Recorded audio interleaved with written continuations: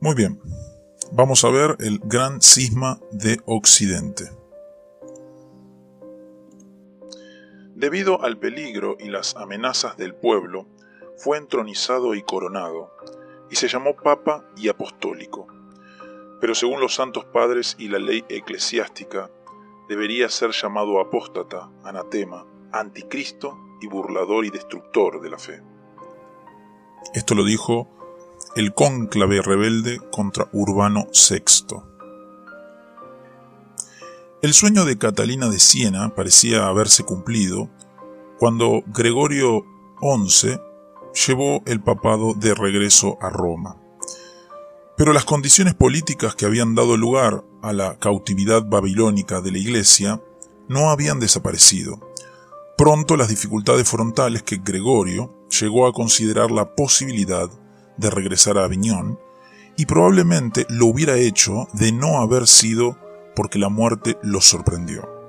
Fue entonces que el sueño de Catalina se volvió una pesadilla aún peor que la del papado de Aviñón. Al quedar vacante la sede pontificia, el pueblo romano temió que el nuevo papa decidiera regresar a Aviñón, o al menos que fuese un juguete en manos de los intereses franceses, como lo habían sido tantos de sus predecesores más recientes. Estos temores no eran infundados, pues los cardenales franceses eran muchos más que los italianos, y varios de ellos habían dado muestras de preferir a Aviñón por encima de Roma. Lo que el pueblo temía era que los cardenales huyeran y que, una vez a salvo, se reunieran en otro lugar, posiblemente bajo el ala del rey de Francia, y eligieran un papa francés y dispuesto a residir en Aviñón. Por esa razón, el pueblo se amotinó e impidió la huida de los cardenales. El sitio en que el cónclave debía reunirse fue invadido por turbas armadas que solo pudieron ser desalojadas tras permitirles registrar todo el edificio para asegurarse de que los cardenales no podían escapar. Mientras todo esto sucedía, el pueblo daba gritos exigiendo que se nombrase un papa romano, o al menos italiano. En tales circunstancias, las deliberaciones del cónclave se hicieron harto difíciles. Los cardenales franceses, que de otro modo hubieran podido dominar la elección, estaban divididos, pues el nepotismo de los papas anteriores había tenido por resultado el nombramiento de un buen número de cardenales procedentes de la diócesis de Limoges. Estos estaban decididos a hacer elegir uno de entre ellos, y el resto de los franceses estaba decidido a evitarlo. Entre los italianos, el más poderoso era Jacobo Orsini, quien aspiraba a ceñirse la tiara papal y posiblemente alentaba el motín popular.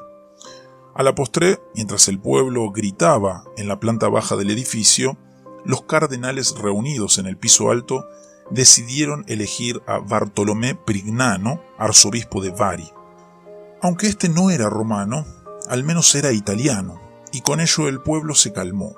El domingo de resurrección, con gran pompa y con la participación de todos los cardenales que habían elegido, Prignano fue coronado y tomó el título de Urbano VI.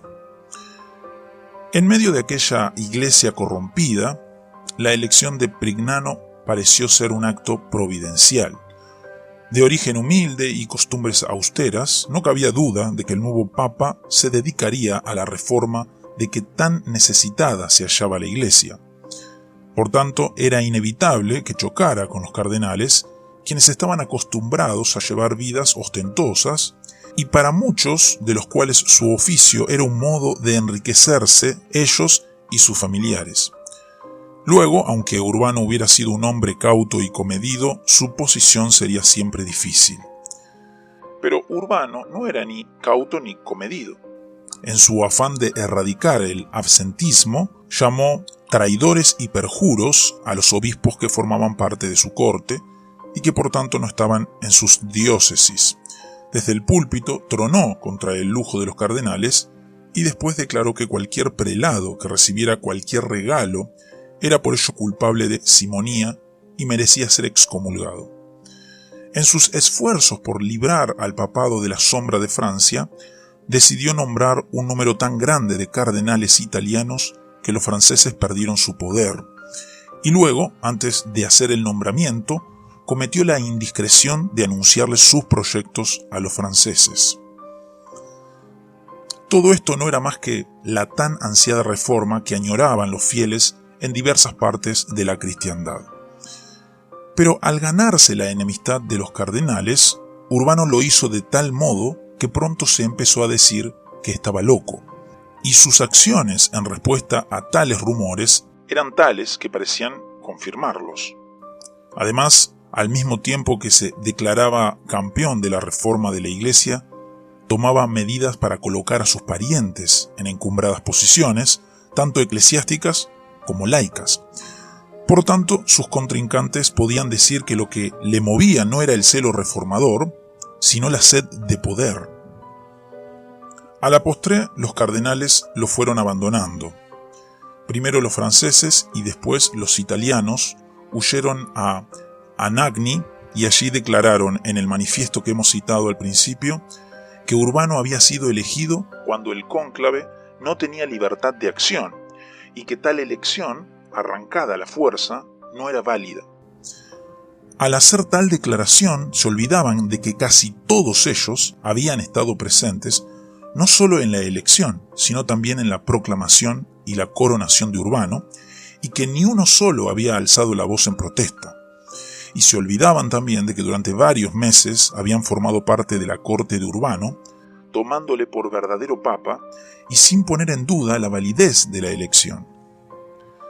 La respuesta de Urbano fue sencillamente nombrar 26 nuevos cardenales de entre sus adeptos. Si los demás cardenales los aceptaban como legítimos, perderían todo su poder.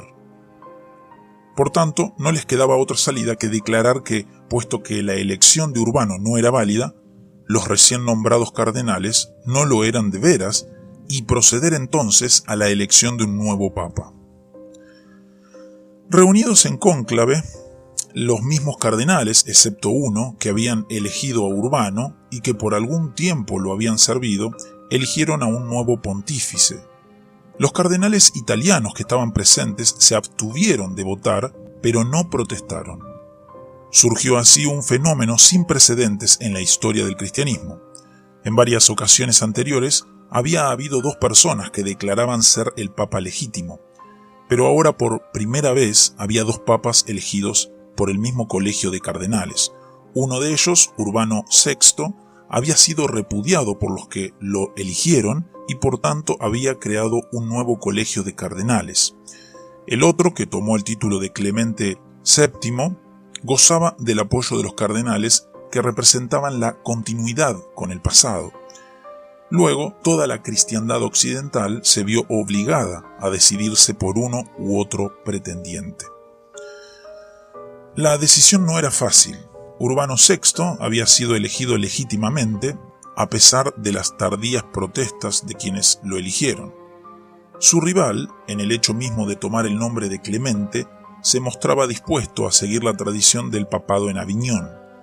Pero también era cierto que Urbano daba señales cada vez más marcadas de estar loco, o al menos embriagado con su poder, y que Clemente era un diplomático hábil y moderado, aunque la diplomacia no bastaba para recomendar a este pretendiente al papado, quien anteriormente se había visto envuelto en hechos sangrientos y cuya piedad y devoción ni aun sus partidarios defendían.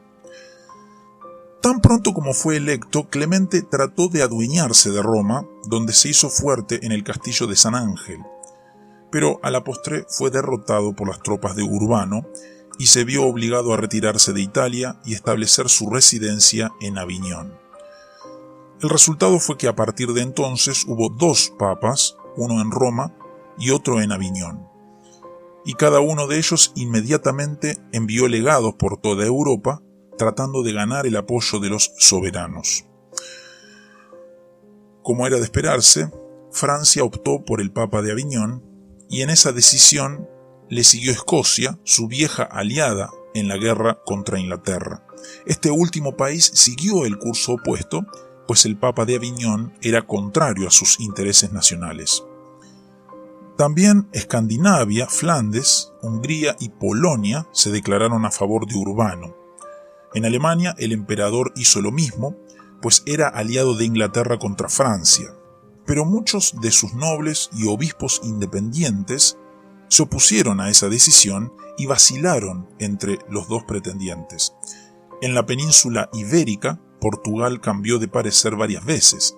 Castilla y Aragón, que al principio se inclinaban hacia Urbano, a la postre optaron por el bando de Aviñón, gracias a la hábil política del cardenal Pedro de Luna. En Italia cada príncipe o ciudad siguió su propio curso y el reino de Nápoles cambió de partido repetidamente. Catalina de Siena dedicó los pocos años que le quedaba de vida a defender la causa de Urbano, pero era una causa difícil de defender, pues el Papa de Roma se dedicó a tratar de colocar a su sobrino Butilio Prignano sobre el Principado de Capua, especialmente creado para él. Ese propósito lo envolvió en guerras injustificables que le hicieron perder parte del apoyo con que contaba en Italia. Y cuando algunos de sus propios cardenales trataron de aconsejarle que siguiera una política distinta, Urbano los hizo encarcelar y torturar. Hasta el día de hoy no se sabe cómo murieron varios de ellos. Por su parte, Clemente VII siguió una política mucho más cauta y si bien no logró hacer valer su autoridad en el resto de Europa, al menos se hizo respetar en los países que lo reconocían como papa y le dio así cierto prestigio al papado aviñonés. Puesto que el cisma no se debía solo a la existencia de dos papas, sino también de dos partidos formados alrededor de las dos capitales, la muerte de uno de los pretendientes no sería suficiente para subsanarlo. Tan pronto como Urbano falleció en 1389, sus cardenales nombraron a Bonifacio IX. Una vez más, el nombre que el nuevo papa tomó daba a entender que seguiría la política de Bonifacio VIII, cuyo gran enemigo había sido la corona francesa. Pero este nuevo Bonifacio se olvidó de todo intento de reforma y su régimen se caracterizó por el auge de la simonía. El cisma mismo estimulaba la simonía, en efecto. Cada uno de los dos rivales trataba de aplastar a su contrincante y para ello necesitaba dinero. Por tanto, aún más que en los peores tiempos de la cautividad babilónica, la Iglesia se volvió un sistema de impuestos y explotación. En medio de tales circunstancias, los teólogos de la Universidad de París se dedicaron a buscar medios para volver a unir la cristiandad occidental. En el 1394, le presentaron al rey tres modos de subsanar el cisma. El primero era que ambos pretendientes renunciaran y se eligiera entonces un nuevo papa. El segundo era la negociación entre ambos partidos, sujeta a arbitraje. El tercero, un concilio universal. De estos tres modos, la universidad prefería el primero, puesto que para poder aplicar los otros dos era necesario resolver las difíciles cuestiones de quiénes serían los árbitros o quién convocaría el concilio. El rey siguió los consejos de la universidad y por tanto, tan pronto como supo de la muerte de Clemente VII, les rogó a los cardenales de Aviñón que no eligieran otro papa, con la esperanza de poder forzar al pretendiente romano a abdicar. Pero los cardenales temían que si quedaban sin papa, su causa perdería fuerza, y por tanto se apresuraron a elegir al cardenal Pedro de Luna, quien tomó el título de Benito XIII. Si después el rey quería insistir en la recomendación de la universidad, tendría que enfrentarse a dos partidos, cada cual con su propio papa, y no a un partido acéfalo. Carlos VI, el rey de Francia, insistió en el camino que se había trazado. Sus embajadores trataron de persuadir a Benito a que renunciara, mientras otros trataban de lograr el apoyo de Inglaterra y del Imperio, para que esas dos potencias obligaran al Papa romano a hacer lo mismo. Pero el Papa aviñonés, que ahora era el español Pedro de Luna, se negó a abdicar. Entonces la Iglesia de Francia, reunida en concilio solemne, le retiró la obediencia y poco después las tropas de Carlos VI sitiaron a Aviñón con el propósito de obligar a Pedro de Luna a renunciar. Pero el Papa aviñonés se mostró resuelto. Aunque sus cardenales lo abandonaron, se hizo fuerte en Aviñón y allí resistió el cerco francés hasta que huyó disfrazado. Su obstinación rindió frutos, pues pronto cambiaron las circunstancias políticas y Francia volvió a declararse partidaria suya. Sin embargo, estos acontecimientos mostraban claramente que la cristiandad estaba cansada del cisma y que si los dos papas no daban señales de estar dispuestos a resolver la cuestión, habría otros que la resolverían por ellos. Fue esto lo que movió a Benito XIII a entablar conversaciones con su rival de Roma. Su propósito no era ceder ni renunciar, sino ganar tiempo mientras se preparaba para aplastar a su contrincante y obligar entonces a Europa a aceptar el hecho consumado. Sus embajadores se entrevistaron con Bonifacio IX y después con el sucesor de este, Inocencio VII. Pero a la muerte de Inocencio, el partido romano tomó la iniciativa. El nuevo papa, Gregorio XII, declaró, al ser elegido, que estaba dispuesto a abdicar si Benito hacía lo mismo. Esto forzó al papa aviñonés a actuar, pues de no hacerlo, se le culparía a él por la continuación del cisma y perdería el apoyo precario con que contaba en Francia y otros países. Los dos papas se dieron cita en Savona. El encuentro debía tener lugar en septiembre de 1407, pero pronto surgieron dificultades y Gregorio no acudió a la cita. Gracias a una larga serie de negociaciones por parte de los cardenales de ambos partidos, los dos rivales se fueron acercando hasta que llegaron a estar a unos pocos kilómetros de distancia. Pero en mayo de 1408 la entrevista todavía no había tenido lugar, y Gregorio se negó a acudir a donde Benito lo esperaba. Ante esa negativa rotunda, los cardenales del partido romano abandonaron a su jefe e iniciaron conversaciones por su cuenta con el partido aviñonés. Al mismo tiempo, Francia le retiró su apoyo a Benito y por tanto ambos papas quedaron desamparados, mientras el resto de la cristiandad buscaba por sus propios medios el modo de subsanar el cisma. El movimiento conciliar que se había venido fraguando desde largo tiempo había llegado a su hora.